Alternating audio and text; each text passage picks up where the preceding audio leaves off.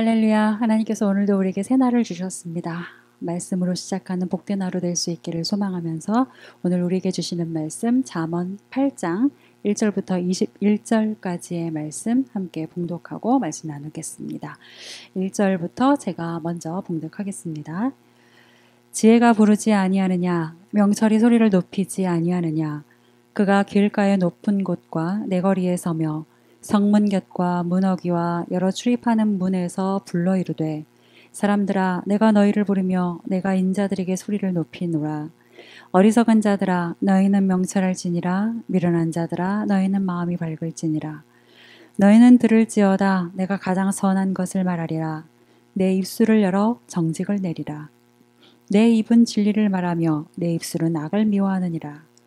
내 입의 말은 다 의로운즉 그 가운데에 굽은 것과 패역한 것이 없나니 이는 다 총명 있는 자가 밝히 아는 바요 지식 얻은 자가 정직하게 여기는 바니라. 너희가 은을 받지 말고 나의 훈계를 받으며 정금보다 지식을 얻으라. 대저 지혜는 진주보다 나으므로 원하는 모든 것을 이에 비교할 수 없음이니라. 나 지혜는 명철로 주소를 삼으며 지식과 근신을 찾아왔나니 여호와를 경외하는 것은 악을 미워하는 것이라. 나는 교만과 거만과 악한 행실과 패역한 입을 미워하느니라. 내게는 계략과 참 지식이 있으며 나는 명철이라 내게 능력이 있으므로 나로 말미암아 왕들이 치리하며 방백들이 공의를 세우며 나로 말미암아 재상과 존귀한 자 곧 모든 의로운 재판관들이 다스리느니라. 나를 사랑하는 자들이 나의 사랑을 입으며 나를 간절히 찾는 자가 나를 만날 것이니라. 보기가 내게 있고 장관, 재물과 공의도 그러하니라. 내 열매는 금이나 정금보다 나으며 내 소득은 수는보다 나으니라. 나는 정의로운 길을 행하며 공의로운 길 가운데로 다니나니 이는 나를 사랑하는 자가 재물을 얻어서 그 곳간에 채우게 하려 함이니라. 아멘. 주님의 말씀입니다.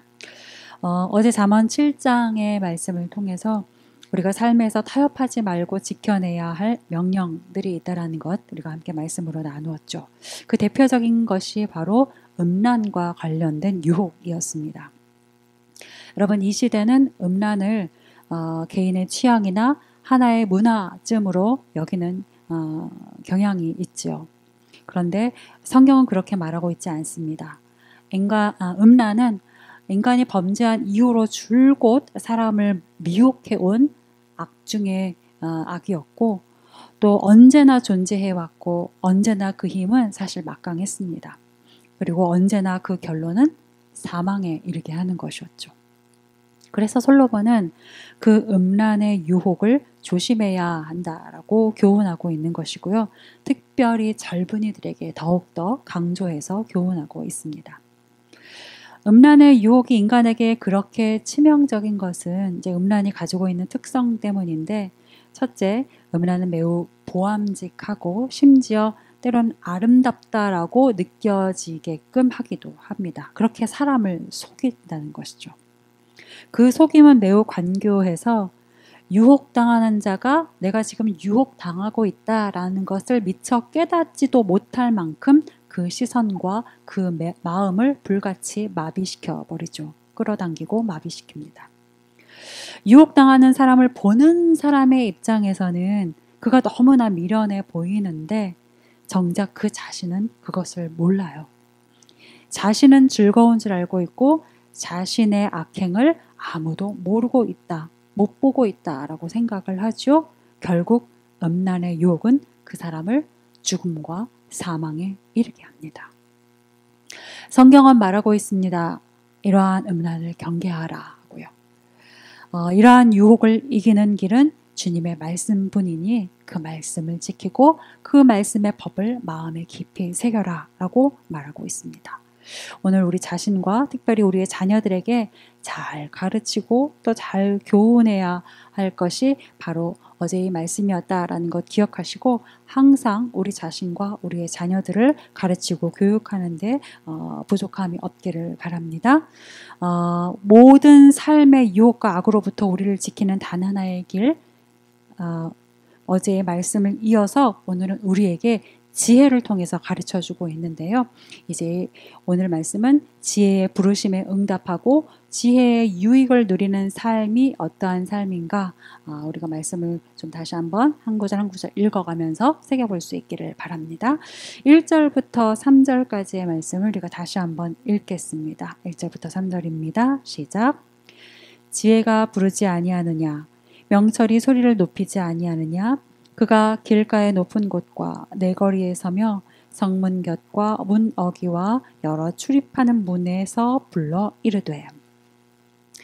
매일 이제 말씀 묵상을 해오신 분이시라면 이 구절 어디서 본 것 같은데 싶으실 거예요. 그도 그럴 것이 잠언 1장에 이 말씀이 있었죠. 잠언 1장 20절부터 21절에 지혜가 길거리에서 부르며 광장에서 소리를 높이며, 21절 부끄러운 길목에서 소리를 지르며 성문 어귀와 성중에서 그 소리를 발하여 이르되. 아주 비슷한 말씀이 있었습니다. 보시는 바와 같이 오늘 본문은 앞서 있었던 잠언 1장 20절부터 21절 말씀에 어찌 보면 반복이고 또 강조라고 할 수 있어요. 성경이 복붙하듯이 이렇게 말씀을 또 한 번 우리에게 반복하는 것은 단 하나입니다. 잊지 말고 기억해라. 이것을 잊지 말고 기억해라. 어떤 것을요? 지혜가 우리를 부르고 있다는 것을요. 오늘 말씀은 1장의 말씀을 반복하면서 우리에게 지혜가 우리를 부르고 있다, 이 사실을 잊지 말고 기억해라 라고 우리에게 강조하고 있습니다. 1절 아주 직접적으로 그렇게 얘기하죠. 지혜가 부르지 아니하느냐. 지혜가 우리를 부르고 있다. 어떻게 부르느냐? 소리를 높여서 부르고 있다. 어디에서요? 2절부터 3절까지의 말씀을 보면 길가의 높은 곳과 내거리에서 성문 곁과 문 어귀와 여러 출입문에서. 저는 이 말씀의 본문을 읽는데 옛날에 갔던 시장이 생각이 나더라고요. 가끔 시장에서 봤었던 모습인데, 여러분 왜 이렇게 시장 길 한가운데 보면 요즘에도 그런지 모르겠는데 매대 한가운데 올라가서 호객하시는 분들이 있어요. 그분들은 이제 특징이 있죠. 일단 목소리가 커요. 아주 우렁차고 크시죠? 그리고 뭐 이렇게 박수를 치거나 하는 이런 행위들을 하면서 시선을 집중시켜요. 그리고 이제 그 말씀하시는 내용 안에 보면 이렇게 특유의 어떤 라임 같은 게 있어서 그것을 지나온 후에도 그 외침이 자꾸 이렇게 귀에서 이렇게 맴돌죠. 했던 말들이, 외침이 자꾸 생각이 나죠. 오늘 본문 읽으면서 저는 이제 살짝 그런 모습이 스쳐 지나갔습니다. 지혜는 흡사 이렇다라고 표현을 하고 있어요. 길가, 높은 곳, 사거리, 한복판, 사람들이 드나드는 성문 어귀와 출입문 같이 많은 사람들이 모이는 곳, 이러한 곳, 또 많은 사람들이 지나가기도 하는 곳, 이런 곳에서 지혜는 소리를 높여서 사람들을 부른다라고 표현을 하고 있습니다. 이것이 의미하는 바가 무엇이라고요? 지혜는 자신을 적극적으로 드러낸다라는 것입니다. 지혜는 오히려 사람을 적극적으로 찾아다닌다라는 거예요. 우리는 지혜를 간혹 오해할 때가 있습니다. 진짜 지혜는 자신을 잘 드러내지 않고 좀 비밀스럽다라고 생각하는 경향들이 있어요. 또 어떤 사람들은 지혜는 인생의 각종 고진감래 끝에 겨우 만날까 말까한 신비한 어떤 것으로 생각하는 경향도 있지요. 그런데 여러분, 적어도 성경이 말하는 지혜는 그렇지 않습니다. 성경이 말하는 지혜는 자신을 적극적으로 드러내고요. 우리를 적극적으로 찾아옵니다. 내 말을 들으라고, 나의 말에 귀를 기울이라고 지혜가 먼저 자신을 드러내며 우리에게 찾아옵니다. 마치 하나님이 우리를 찾아오시는 것처럼요. 하나님이 그 자신을 우리에게 드러내시는 것처럼 말이죠. 여러분, 인류 역사를 통해서 하나님은 계속적으로 자신을 우리에게 드러내 오셨습니다. 자신을 찾는 자에게 결코 자신을 숨기지 않으셨어요. 자신을 아낌없이 드러내시면서 찾아오셨고요. 그 드러내심은 아주 다양합니다. 그리고 친절하세요. 세상의 모든 자연 만물을 통해서 자신을 드러내시기도 하시고 우리에게 주신 말씀을 통해 드러내시기도 하시죠. 그리고 가장 중요한 것, 지혜의 왕이신 예수님을 통해서 우리가 직접 만날 수 있게 하셨고 듣게 하시고 보게 하셨죠. 그렇게 자꾸 하나님은 자신을 드러내고 우리에게 아낌없이 자신을 보여주시는데 그렇게 한결같이 자신을 보여주시는 하나님께 우리는 어떠했나요? 우리는 그런 하나님을 향해 자꾸 등을 돌리고 처음에는 좀 하나님께 집중하는 듯 하다가 점차 무관심하기 십상이었죠. 오늘 본문에서 지혜가 사람이 많은 곳에서 소리를 높이는 이유가 바로 그것입니다. 사람들이 지혜에 무관심하기 때문이죠. 사람들이 지혜의 탁월함을 깨닫지 못하고 계속해서 자꾸만 미련한 중에 거하려고 하기 때문에 잠언 1장에서처럼 지금 또다시 많은 사람들이 있는 곳에서 지혜가 더 소리를 높여서 자신을 드러내고 있는 것이죠. 사랑하는 여러분, 하나님은 오늘도 분명히 우리 앞에 하나님 자신을 드러내십니다.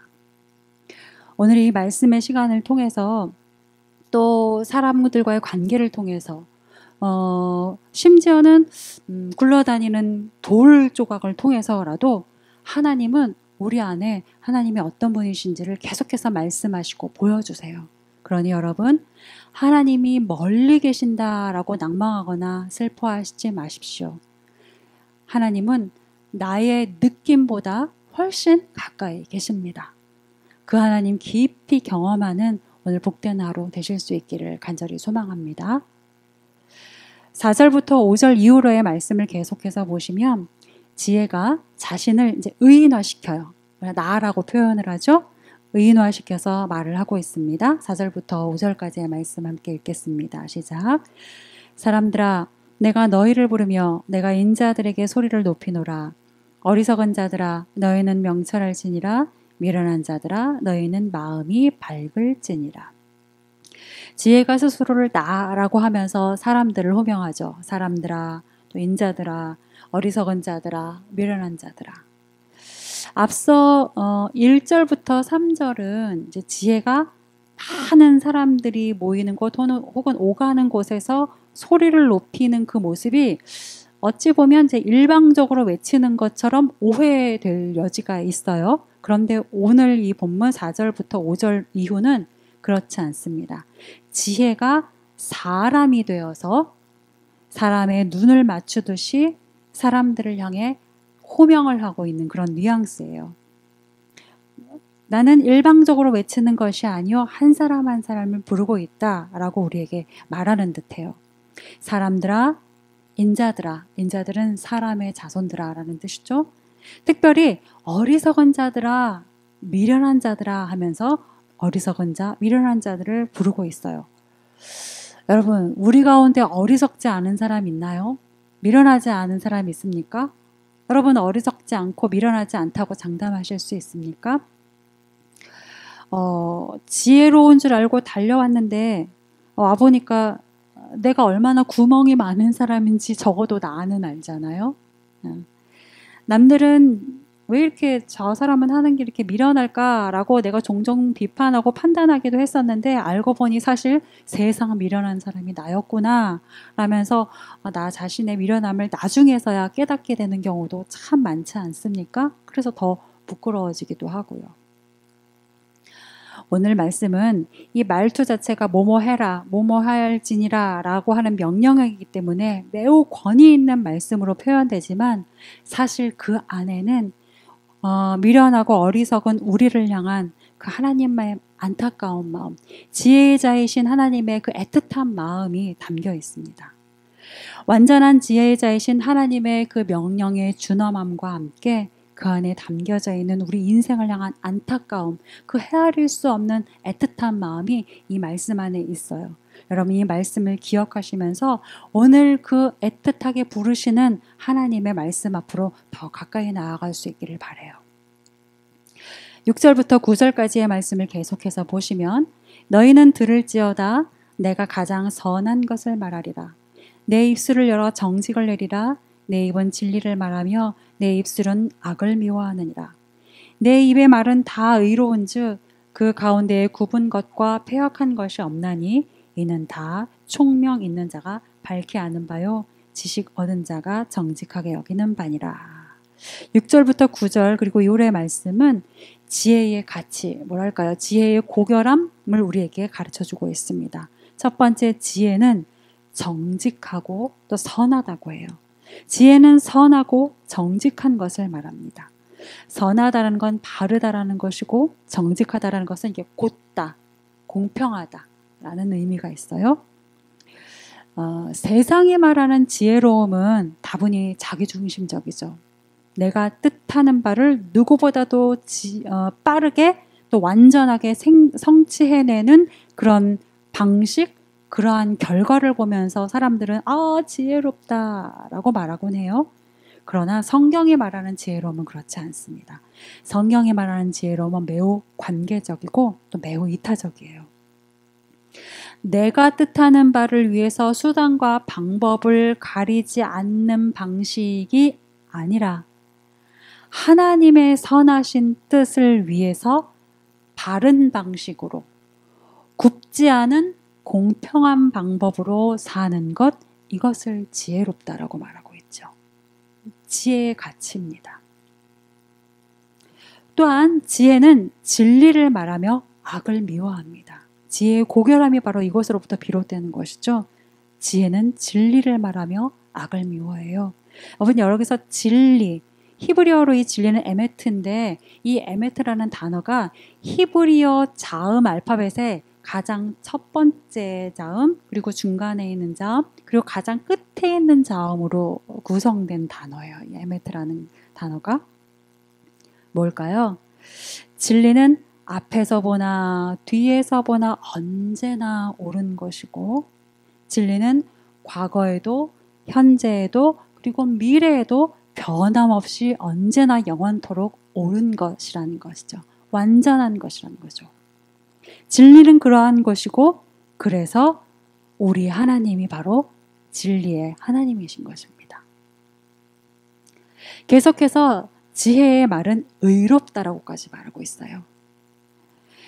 6절에서 지혜는 선하고 정직하며 7절에서 지혜는 진리를 말하고 악을 미워하며 8절에서 지혜는 의롭다라고 하는 이 모든 것에 이르기까지 이 지혜의 모든 가치들은 사실은 하나님의 성품과 같습니다. 선한 것, 정직한 것, 진리이고 또 악을 미워하며 의로운 것. 이 모든 것에 완전하신 분은 하나님 아니십니까? 하나님의 성품이죠. 따라서 우리가 지혜의 말을 들어야 하는 이유, 지혜의 말이 곧 하나님의 말씀이기 때문입니다. 우리가 지혜를 가까이 해야 하는 이유, 지혜를 가까이 하는 것은 곧 하나님을 가까이 하는 것이요 하나님의 성품을 닮아가는 것이기 때문이죠. 사랑하는 여러분, 오늘 하루를 살아가시면서 오늘 나눈 말씀을 머릿속에 계속 되새기시고 조금 더 선해지시고 조금 더 정직해지고 진리 안에서 어제보다 좀 더 악과 멀어지는 그러한 하나님의 성품을 쌓아가는 오늘 하루 되실 수 있기를 간절히 소망합니다. 10절부터 11절 이거 역시 앞에 있는 1절부터 3절의 말씀처럼 이 이전의 잠언에서 언급된 말씀입니다.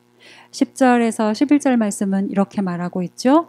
너희가 은을 받지 말고 나의 훈계를 받으며 정금보다 지식을 얻으라. 대저 지혜는 진주보다 나음으로 원하는 모든 것을 이에 비교할 수 없음이라. 여러분 잠언 2장 4절의 말씀을 보면 아주 유사한 말씀이 있어요. 은을 구하는 것 같이 그것, 즉 지혜를 구하며 감추어진 보배를 찾는 것 같이 그것을 찾으라. 이어서 3 잠언 3장 14절부터 15절도 또 아주 유사한 말씀이 있습니다. 이는 지혜를 얻는 것이 은을 얻는 것보다 낫고 그 이익이 정금보다 나음이니라. 지혜는 진주보다 귀하니 내가 사모하는 모든 것으로도 이에 비교할 수 없도다 라고 말하면서 이렇게 지혜를 얻는 자가 복 있는 자다 라고 잠언 3장 14절부터 15절은 말하고 있습니다. 오늘 본문과 한번 비교해 보시죠. 2장 4절 말씀, 은을 구하는 것 같이 지혜를 구하며 라는 말씀은 은과 지혜를 동급으로 놓았죠. 그렇게 구하라는 것이에요. 그런데 3장 14절부터 15절의 말씀은 지혜를 얻는 것이 은을 얻는 것보다 낫다. 비교급으로 표현하고 있죠. 지혜가 은보다 낫다. 오늘 말씀은 어떻게 표현하고 있나요? 은을 받지 말라라는 금지의 명령을 하고 있어요. 왜요? 은과 지혜는 비교할 수가 없는 것이니까요. 지혜가 은으로는 비교할 수 없는 월등함을 가지고 있기 때문이죠. 반복해가면서 점차 우리에게 강조하고 있습니다. 지혜를. 그만큼 이 말씀은 반복하면서 강조하고 있다는 이 말씀의 의미는 우리가 은과 금, 세상 부에 대한 열망을 놓기가 쉽지 않다라는 것을 또 담고 있기도 하죠. 강조해야 할 만큼 우리 안에 은과 금, 세상 부에 대한 욕망이 강하다는 것을 또 반증하고 있기도 한 것입니다. 바라기는 성도 여러분의 삶 안에 부요함이 넘칠 수 있길 바라요. 부요하시고 넉넉하셨으면 좋겠습니다. 부족하여서 불편하지 않으셨으면 좋겠고 넉넉해서 나눠줄 수 있는 삶이셨으면 좋겠습니다. 그러나 모든 넉넉한 것 중에 지혜가 넉넉하실 수 있길 바라고 무엇보다 하나님으로 부요한 우리의 인생이 될 수 있기를 간절히 소망합니다. 마지막으로 지혜의 유익을 누리기 위해서 우리가 이제 멀리해야 될 것들을 우리에게 가르쳐주고 있어요. 지혜의 유익을 누리기 위해 가까이 해야 할 것들이 있었는가 하면 멀리해야 할 것, 적극적으로 멀리해야 할 것도 있는데 바로 12절부터 13절의 말씀입니다. 함께 읽으시겠습니다. 시작. 나 지혜는 명철로 주소를 삼으며 지식과 근간을 찾아 얻나니 여호와를 경외하는 것은 악을 미워하는 것이라. 나는 교만과 거만과 악한 행실과 패역한 입을 미워하느니라. 여호와를 경외하는 것은 지혜의 근본이요 지식의 근본이라고 성경은 말하고 있지요. 즉 지혜로운 자는 여호와를 경외하고 여호와를 경외하는 자는 악을 미워한다라는 이 삼각관계를 우리에게 가르쳐주고 있습니다. 사랑하는 여러분, 지혜의 유익을 위해 우리는 악을 미워해야 합니다. 여러분에게 대해 묻고 싶습니다. 여러분은 악을 미워하고 계십니까? 남의 악은 미워하는데 혹시 내 악에는 너무 관대하지는 않으십니까? 상대방의 악, 상대방의 불법에는 칼날을 내세우는데 나의 악, 나의 불법은 그건 좀 어쩔 수 없었어 라는 말 뒤에서 너무 관대하게 대하고 있지는 않으십니까? 남의 교만은 그렇게도 잘 보이는데 내 교만은 인식하지 못하고 있지는 않으십니까? 남의 거만은 그렇게 집요하게 파고드는데 내가 얼마나 거만하고 그래서 나의 행실이 얼마나 다른 사람들에게 거친지 나의 입이 얼마나 거친지 이것에 대해서는 너무 무덤덤하지 않으십니까? 사실 이 말씀 준비하면서 저 자신을 좀 많이 돌이켜보고 반성하는 시간이었습니다. 쿨하다라는 표현 뒤에서 너무 무심하고 너무 무례했던 것은 아닌가 좀 스스로를 돌이켜보는 시간이었어요. 사랑하는 여러분, 거친 말은 결코 자신감이 아닙니다. 무례함일 뿐이죠. 악한 행실은 결코 자랑할 것이 아닙니다. 부끄러워해야 하는 것이죠. 지혜의 하나님께서 오늘 역사하셔서 내 안에 하나님을 경외하는 마음으로 악을 미워하는 삶 살 수 있기를 간절히 소망합니다. 이러한 지혜의 유익은 나를 바르게 할 뿐만 아니라 사회와 공동체를 바르게 하기도 합니다. 15절부터 16절의 말씀을 보시면 이렇게 말씀하고 계시죠. 나로 말미암아 왕들이 치리하며 방백들이 공의를 세우며 나로 말미암아 재상과 존귀한 자 곧 모든 의로운 재판관들이 다스리느니라. 지혜는 공동체를 유익하게 합니다. 어떻게 해요? 여러분, 검사가 대통령 된다고 해서 사회가 공정해지는 것 아니고요. 사업가가 대통령 된다고 해서 나라가 부유해지는 것 아닙니다. 단지 어떤 분야의 전문가가 리더로 세워진다고 해서 그 공동체가 자연스럽게 성장하는 것 아닙니다. 그들 안에 지혜가 있어야 하죠. 자신의 교만함과 거만함을 내려놓을 수 있는 지혜, 함께하는 사람들을 존중할 수 있는 지혜, 무엇보다 지혜의 근본이신 하나님을 아는 지혜가 있어야만 그 알미 지혜롭게 사용되어질 수 있고 세상을 유익하게 하는 것이죠. 바라기는 오늘도 저와 여러분의 기도에 이 사회를 위한, 이 공동체를 위한 중보가 있기를 바랍니다. 특히 힘, 권세라는 것을 쥐고 있는 분들에게 하나님을 경외하는 지혜가 있기를 중보할 수 있길 바라요. 그리고 우리의 자녀들이 그러한 지혜로 충만할 수 있도록 기도할 수 있기를 간절히 소망합니다. 오늘 말씀을 마칠 때에 말씀 한 구절 함께 읽으면서 마치려고 하는데요. 본문 17절 말씀입니다. 여러분, 본문 17절 말씀 우리가 함께 읽으실 때에 나라는 단어에서 지혜를 떠오르실 수 있길 바라요. 나라는 단어를 읽으실 때마다 머릿속에서 지혜라는 단어를 떠올리시면서 우리 함께 17절 말씀을 봉독하시면서 오늘 말씀 마치겠습니다. 함께 봉독합니다. 나를 사랑하는 자들이 나의 사랑을 입으며 나를 간절히 찾는 자가 나를 만날 것이니라.